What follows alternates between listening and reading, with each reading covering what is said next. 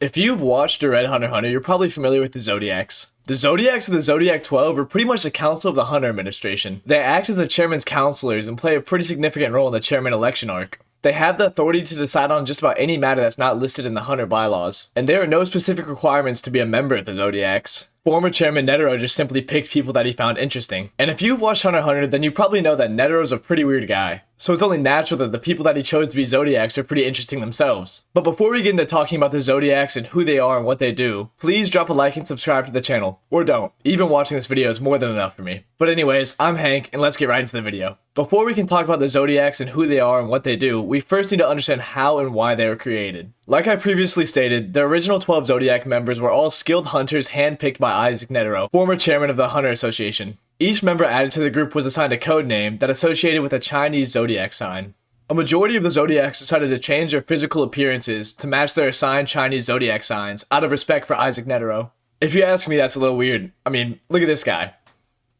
Yeah, but that's all them, I guess. The Zodiacs made their first appearance in chapter 318 of the manga and episode 136 of the anime, I think. Yeah, that's right. And like I said earlier, they played a pretty big role in the chairman election arc, and they're doing some pretty big things in the manga right now in the Succession War arc. After the death of former chairman Isaac Netero, Pearson Hill, the rat member of the Zodiacs, was elected by popular vote within the Hunter Association to become the new chairman. Directly after his election, he appointed Dog Zodiac Cheadle to be his vice chairman, then immediately resigned, leaving Cheadle as the chairman of the association. Gene Freaks, Goen's father, and Boar of the Zodiacs decided to leave the Zodiacs in order to follow Pearson. This left 2 open slots in the Zodiacs that were later filled by Kurapika and Leorio. Kurapika being assigned the rat sign, and Leorio becoming the Boar of the Zodiacs. That's a pretty solid overview of the Zodiacs as a whole. Now to talk about the Zodiacs on a more individual level. As of right now in the manga, the Zodiacs have been split up into 4 teams upon the Black Whale, each team having their own goals and purposes upon the ship. Those teams being the Flora team, the Defense team, the Science team, and the Intelligence team. But before we talk about these teams' members and functions, I want to talk about the 2 members that resigned from the Zodiacs, Gene Freaks and Pearson Hill. As I mentioned earlier, Pearson left the Zodiacs right after becoming the chairman. This surprises even Gene, and he tells Cheadle that Pearson wasn't the vice chairman in hopes of succeeding Netero, but rather to hinder him. Pearson is literally just the embodiment of troll energy. And with Netero gone, there was really no point of Pearson staying in the Zodiacs, so he moved on to bigger and better things. AKA going to the Dark Continent and teasing the Hunter Association, threatening to release 5,000 Nin-wielding Chimera ants onto the Hunter exam. Gene, being a complete hater himself, decides to follow Pearson. Gene shows up to Beyond's lair, where Pearson and the rest of Beyond's crew was. He demands to join the expedition and pays off the other members to become second in charge over Pearson. Gene and Pearson beef some more, but there's so much to it, it's not even worth going over right here. Also, Gene and Pearson have not been shown in the manga past this event. Also, while researching Pearson and Gene, I did find that they have a ship together called Paragene. Or Paragene. Yeah, I'm not talking about that. But back to the Zodiac teams on the Black Whale. I'm going to try to explain the Zodiac teams in terms of least to most important. With that being said, the first, and I guess least important team of the Zodiacs is the Flora team. This team is made up of 2 members. The Chicken Zodiac Cluck and the Sheep Zodiac Ginta. We haven't seen literally anything done by this team this far in the manga, but I guess that makes sense considering their purpose is to collect plants and gather info after landing on the Dark Continent, which they haven't done yet. Not much has been given on the members of the squad, but we do have a little bit. Cluck is a short-tempered woman with a bird-like appearance. She does seem to be a manipulator given her ability to control birds, but we're not sure. But that's about as much as we know on her character. Ginta, on the other hand, is a heavily emotional man.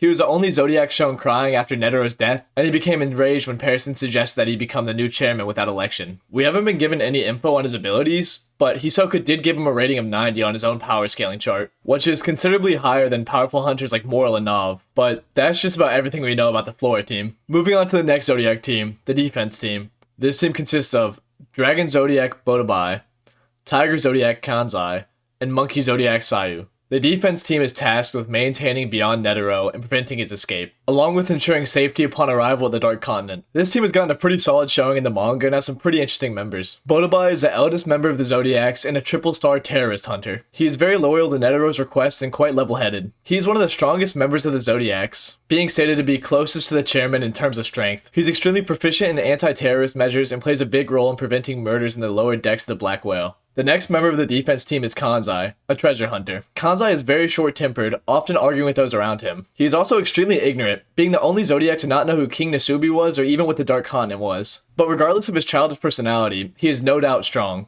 Although we don't know his nin abilities, Hisoka did give Kanzai a 85 on his power scale, which is lower than Botobaya's score, but is higher than just about every other hunter in the association. The final member of the defense team is Sayu, a direct and very confident member of the Zodiacs. He was found out by Kurapika to be working in accordance with Periston as a spy and hopes to release beyond Netero, and will most likely be arrested by the Zodiacs during the New Continent Festival in the Secession War arc. But Sayu is the first member of the Zodiacs whose nin abilities that we know. Kind of. He's most likely a conjurer based on his pre-staff ability, which basically allows him to summon a staff, and he can control its length at will. Just think about a worse version of Hiruzen's Monkey King Inma staff from Naruto. As the name suggests, it allows Sayu to summon 3 monkeys, each monkey having a different name. Mizuru, the See-Not monkey, Kikuzaru, the Hear-Not monkey, and Iwazaru, the Speak-Not monkey. If all these monkeys land a hit on Sayu's opponent, it takes away their hearing, sight, and ability to talk, which in my opinion is a pretty cool ability. But that's pretty much all the info that we have on the defense team and all of its members. Alright, new day, same video, time to talk about the science team. Now that I think about it, the defense team might be more significant in the manga than the science team, but I'm not changing it around. But regardless, the science team is made up of Gel, the Snake Zodiac, Cheetle, the Dog Zodiac, and Leorio, the Boar. This team functions to provide medical care for those aboard the Black Whale, and to ensure disease control and prevention, which is pretty important in a place as deadly as the Dark Continent. Now into the members. Gel is one of the more calm members of the Zodiacs, and she's one of the only Zodiacs that was willing to show part of their abilities to the others. Gel was able to turn her arm into a snake while threatening Periston, but that's about as much as we know about her nin abilities and power.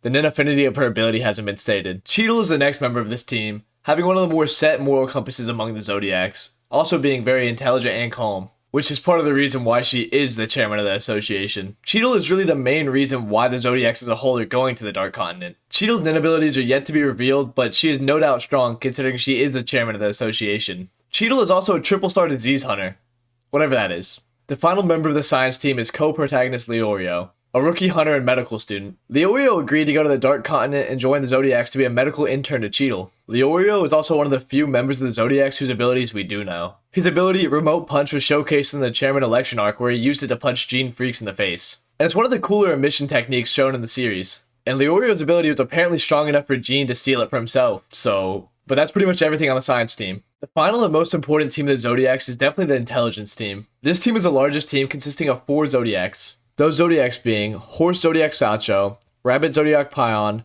Rat Zodiac Kurapika, and Mizestam, the Ox Zodiac. This team functions to gather information on the Dark Continent beyond Netero and the Secession War, along with performing background checks on the candidates of the 289th Hunter exam, and getting the passenger list of the Black Whale and confirming its data, and to make language analysis software just in case they come across anybody on the Dark Continent with different languages. This team has played a large part in the Secession War arc, especially Kurapika and Mizestam. The first member, Sacho, is a double-star problem hunter, whatever that is. He is very calm, collected, and attentive to rules. Sacho has not had anything revealed about his nin ability, but he is apparently a very skilled swordsman, so do with that as you will. The next member is Pion, a laid-back and informal member of the Zodiacs. Pion is a paleograph hunter, which is basically a type of hunter that specializes in translating lost and ancient languages, which is incredibly useful to the intelligence team's goals. Her nin ability is yet to be revealed, but Hisoka ranked her as a 77 on his power scale. So that's a lot lower than many of the other Zodiacs, but no doubt very strong. The second to last member of the Zodiacs I want to talk about is Kurapika. I'm sure you already know a lot about him considering he is a co-protagonist of the show, but right now in the manga he's pretty much the main character.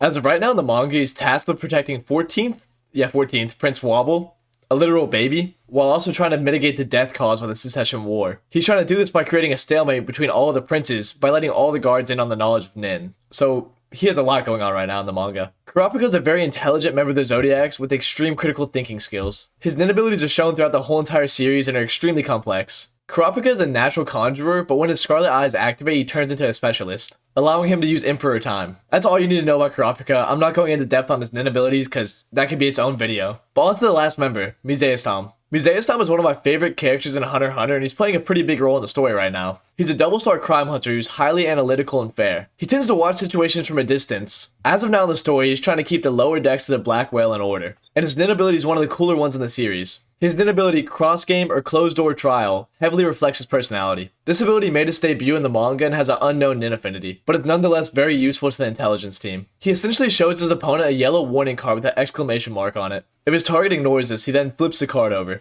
revealing a cross stating restraint. His target is then placed in a nin construct that restricts their movement, but they're still able to speak. The effects wear off rather quickly, but Mizeistam can use the ability as many times as he deems necessary. He can also use this ability on multiple targets at once. So, pretty cool and useful ability. And that is the last Zodiac and Zodiac Squad. I hope you guys enjoyed the video, and please let me know in the comments what you want to see next. I've been Hank, and that was Zodiacs Explained. Bye.